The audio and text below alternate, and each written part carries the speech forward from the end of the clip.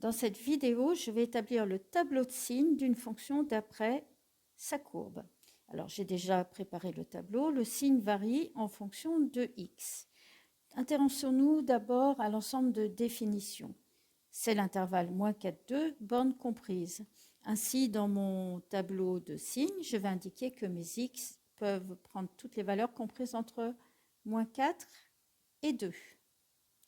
Ce point blanc est le point d'intersection de la courbe avec l'axe des abscisses. Il nous donne un renseignement très important. Eh bien, il nous donne comme renseignement que l'image de moins 2 vaut 0, 0 étant l'ordonnée de ce point.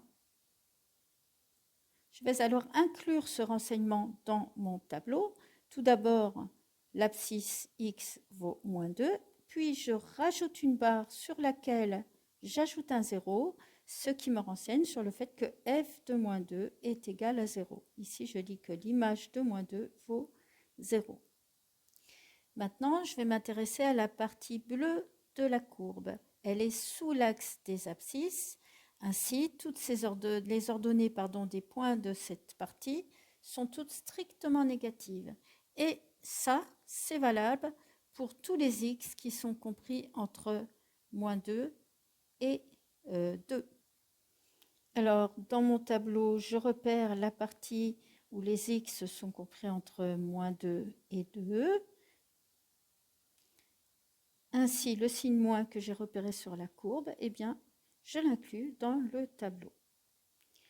De manière similaire, pour ma partie droite de la courbe, les ordonnées des points de cette partie sont toutes positives, et cela, ça reste valable tant que x est compris entre moins 4 et moins 2 étant exclu. Dans le tableau, cela correspond à la partie entre moins 4 et moins 2, et ainsi, j'y indique le signe plus, tout comme je l'avais sur le graphique.